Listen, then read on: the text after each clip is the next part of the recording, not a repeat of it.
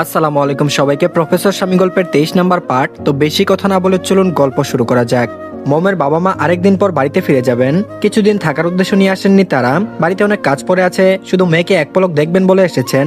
বিয়ে হওয়ার পর আর বাবার বাড়ি যাওয়া হয়নি মমের। আবার এদিকে মমের জন্মদিন ছিল। এই প্রথম জন্মদিনে তাদের মেয়ে তাদের কাছে অনুপস্থিত। মেয়েকে দেখতে পারবেন এবং জন্মদিনে মেয়েটাকে কাছে পাবেন, সেজন্য গ্রাম থেকে এতদূর ঢাকা শহরে ছুটে এসেছেন। তবে বেশি দিন তো থাকা সম্ভব না, বাড়িতেও ফেরা প্রয়োজন। মমের বোন মুনিয়া বাইনা ধরেছে ঢাকা শহরটা একটু ঘুরে দেখবে। রাশেদ আগুনকে ফোন করে বলে দিয়েছেন মম আর মুনিয়াকে নিয়ে যেন শহরটা একটু ঘুরিয়ে আনে।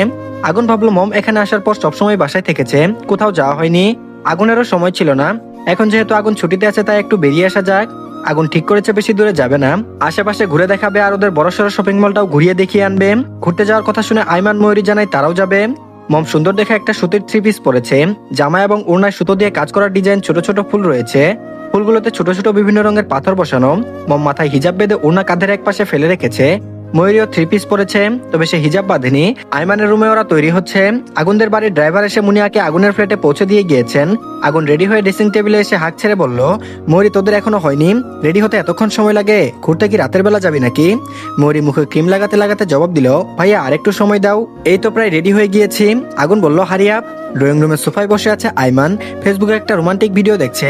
আগুনকে জ্বালানোর উদ্দেশ্যে বলল, ময়ূরী আরেকটু করে ঘন্টাখানিক সময় লাগিয়ে দিবে, ততক্ষণে তুমি বোরিং হয়ে যাবে। তুমি চাইলে সেই সময়টুকু ভাবির সাথে একান্তে কাটাতে পারো। ঘুরতে গেলে তো ভাবিকে একা কাছে পাবে না, আমরা থাকবো সাথে। তাই ভেবে দেখো, বুদ্ধিটা কিন্তু খারাপ দেয়নি। আগুন চোখরাঙিয়ে তাকায়, কিন্তু আইমান সেটা দেখতে পেল না, কারণ তার নজর ফোনে চলমান ভিডিওতে। আগুন চলে যায় আইমানের রুমে, গম্ভীর কণ্ঠে ডেকে ওঠে, মম একটু রুমে আসো তো। বলে নিজের বেডরুমে চলে গেল। মম রুমে এসে আবারও চলে যাওয়ার জন্য পা বাড়ালো। আগুন হতভম্ব হয়ে গেল, ভ্রুকুচকে চেয়ে চোয়াল শক্ত করে মমের বাহু চেপে ধরলো।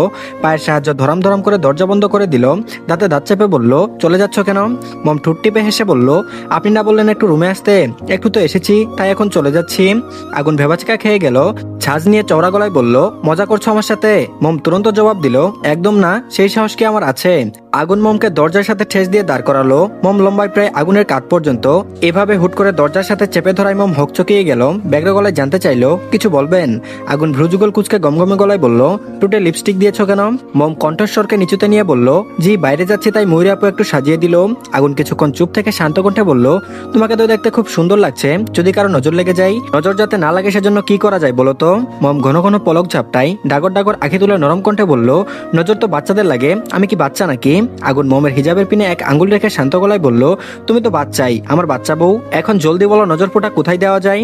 মম বলল, কোনো নজর ফোঁটা দেওয়ার দরকার নেই, দেরি হচ্ছে না, চলুন। মম হতাশার নিঃশ্বাস ত্যাগ করলো। আগুনের সাথে কথাই পারবে না, লোকটা যা তেরা। কুমড়া মুখ করে মিনমিন করে বলল, চোখে কাজল দিয়েছি, সেখান থেকে আঙ্গুলের ডোগায় একটু কাজল নিয়ে কানের পিঠে লাগিয়ে দেন, তাহলেই হবে। আগুন বলল, তাহলেও হবে না। আগুন শিকদারের বউ বলে কথা, তোমাকে তো আর ছোটখাটো নজর ফোঁটা দিলে চলবে না, বড় করে নজর ফোঁটা দিতে হবে। মমের এখন বিরক্ত লাগছে, কি সব বাচ্চাদের মতো আচরণ করছে। মমকে বলে বাচ্চা, আর আগুন নিজেই তো এখন অদ্ভুত মার্কে কথাবার্তা বলছে। সেটার ক্ষেত্রে মম কিঞ্চিত রাগী গলায় বলে উঠলো, কোনো নজর ফোঁটা দিতে হবে না, আমি দিবও না, আমি যাচ্ছি, আপনি চলে আসুন। মম আগুনকে সরিয়ে চলে আসতে চাইলো, কিন্তু পারলো না। আগুন আলতো করে মমের চোয়াল চেপে ধরলো, গম্ভীর কণ্ঠে বলল, আমি যখন বলেছি নজর ফোঁটা দিতে হবে, তার মানে দিতেই হবে। মম ভারী কি নিঃশ্বাস ছেড়ে উত্তর দিল, আচ্ছা দেন আপনি নজর ফোঁটা। আগুন তার অধৈর্যরা আস্তে আস্তে মমের মুখের কাছে নিয়ে আসতেই মম বুঝলো এই লোকটা এখন অসভ্যতামি শুরু করবে। তাই আগুনকে মৃদু ধাক্কা দিয়ে নিজের থেকে সরিয়ে নিল। ঠোঁট ফুলিয়ে শান্ত কণ্ঠে বলল, এখন কোনো দুষ্টুমি করবেন না মাস্টার মশাই, তাহলে কিন্তু আমি যাব না।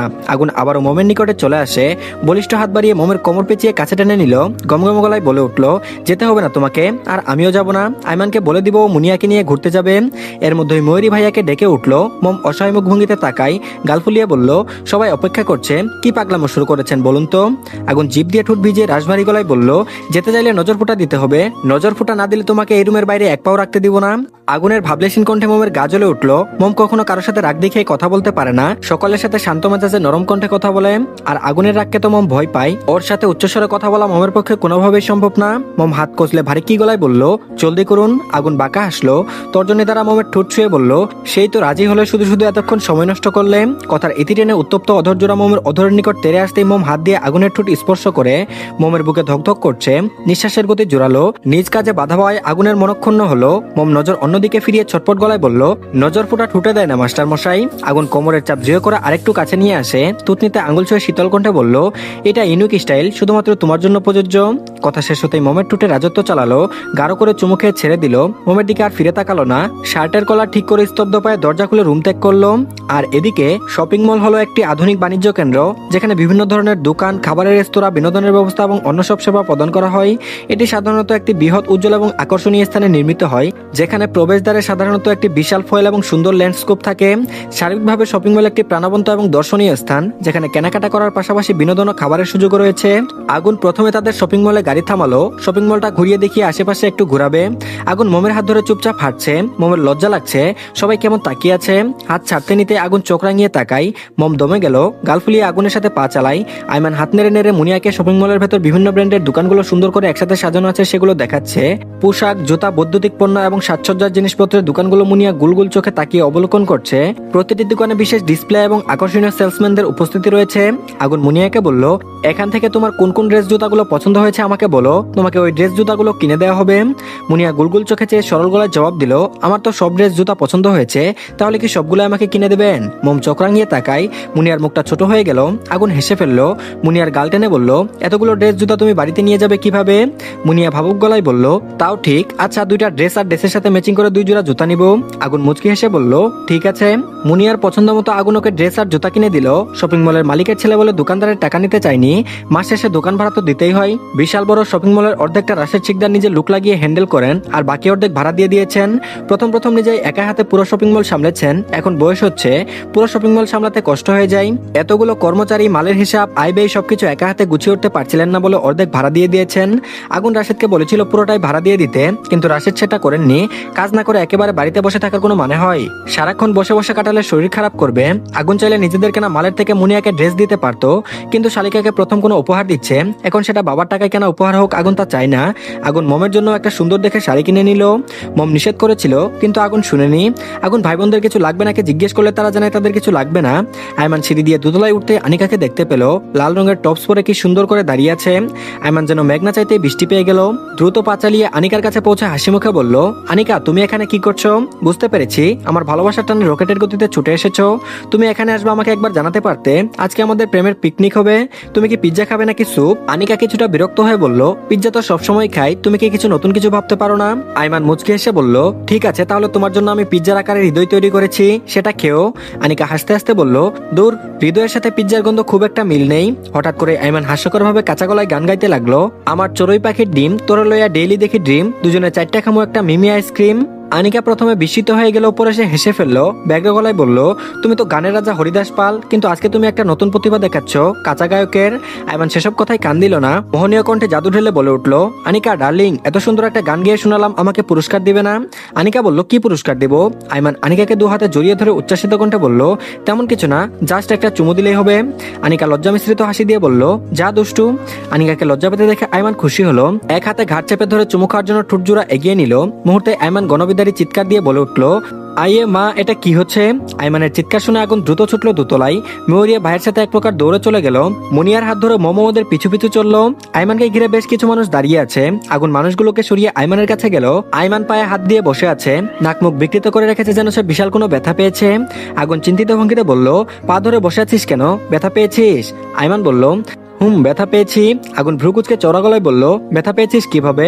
মেয়েদের মতো আবারও পা পিছলে পড়ে গিয়েছিলি? আইমান পা ডলে আস্তে করে উঠে দাঁড়ায়, তর্জনী উঁচিয়ে রাগী গলায় বলল, এই বেয়াদব মেয়ে হিল জুতা দিয়ে আমার পায়ে আঘাত করেছে। আগুন তাকায়, লাল রঙের টপস পরা মোটাসোটা একটা মেয়ে বিরক্তিকর মুখ ভঙ্গিতে দাঁড়িয়ে আছে। মেয়েটি তেজি গলায় বলে উঠলো, এই ছেলে কাকে বেয়াদব বলছো? এত বড় দামড়া ছেলে অথচ ম্যানার জানো না? তুমি তো এই শপিং মলের মালিকের ছোট ছেলে, তাই না? মেয়েদের সাথে অসভ্যতামি করো, বিষয়টা তোমার বাবাকে জানাতে হবে দেখছি। আগুন মেয়েটিকে শান্ত কণ্ঠে বলল, কি হয়েছে আমাকে বলুন, আমি ওর বড় ভাই। মেয়েটি গমগমে গলায় বলল, জি আপনাকেও চিনি, আপনার এই অসভ্য ভাই আনিকা আনিকা বলে আমাকে জড়িয়ে ধরেছিল, চুমু খেতে চাচ্ছিল, কত বড় সাহস! ছাড়তে বললে ছাড়ছিলই না, সেজন্য না পেরে হিল জুতা দিয়ে পায়ে আঘাত করেছি। আগুন রাগে চোখে তাকায় আইমানের দিকে। আইমান কাচুমাচু হয়ে মাথা নিচু করে নিল। মেয়েটার দিকে তাকিয়ে আগুন শান্ত কণ্ঠে বলল, I am extremely sorry ma'am, আমার ভাইয়ের হয়ে আমি আপনাকে সরি বলছি, ব্যাপারটা এখানেই শেষ করে দেন, আমি ওকে বলে দিব ভবিষ্যতে আর এমন হবে না। মেয়েটা সাপের মতো ফুসফুস করতে করতে হনহনিয়ে চলে গেল। আইমান মাথা তুলে তাকালো, মোমের দিকে নজর পড়তে একটা মেকি হাসি দিল, বিনিময়ে মোমো কিঞ্চিত মুচকি হাসি উপহার দিল। আগুন আর কথা বাড়ালো না, সবাইকে নিয়ে শপিং মল থেকে বেরিয়ে আসলো। গাড়িতে উঠে বসতে বললে আইমান বিড়বিড় করে বলল, তার মানে তখন ওই মেয়েটা আনিকা ডার্লিং ছিল না, মেয়েদের উপরে একজন ডাইনি ছিল। সবটাই আমার ভ্রম ছিল। আচ্ছা ভ্রম ছিল আর যাই ছিল, এত তাড়াতাড়ি ভ্রমটা শেষ হয়ে গেল কেন?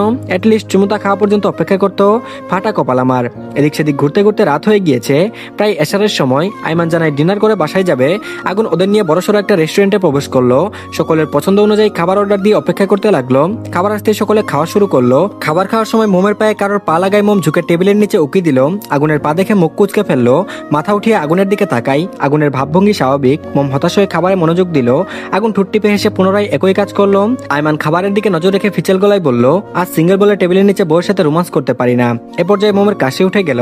খাবার তালুতে উঠে গিয়েছে। আগুন তুরন্ত পানির গ্লাস এগিয়ে দিয়ে পিঠে হাত বুলিয়ে দিতে লাগলো। আইমানের দিকে চেয়ে ধমকে বলল, কতদিন নিষেধ করেছি খাবার খাওয়ার সময় কথা বলবি না? কানের নিচে একটা দিলেই ঠিক হয়ে যাবে। আইমান ঠোঁট উল্টে জবাব দিল, আজকাল সত্যি কথার কোনো ভাত নাই। তো ধন্যবাদ সবাইকে, এই পার্টটি এই পর্যন্তই। পরবর্তী পার্টও দিয়ে দেওয়া হয়েছে, সবাই দেখে নেবেন। ভালো থাকবেন সবাই, আল্লাহ হাফেজ।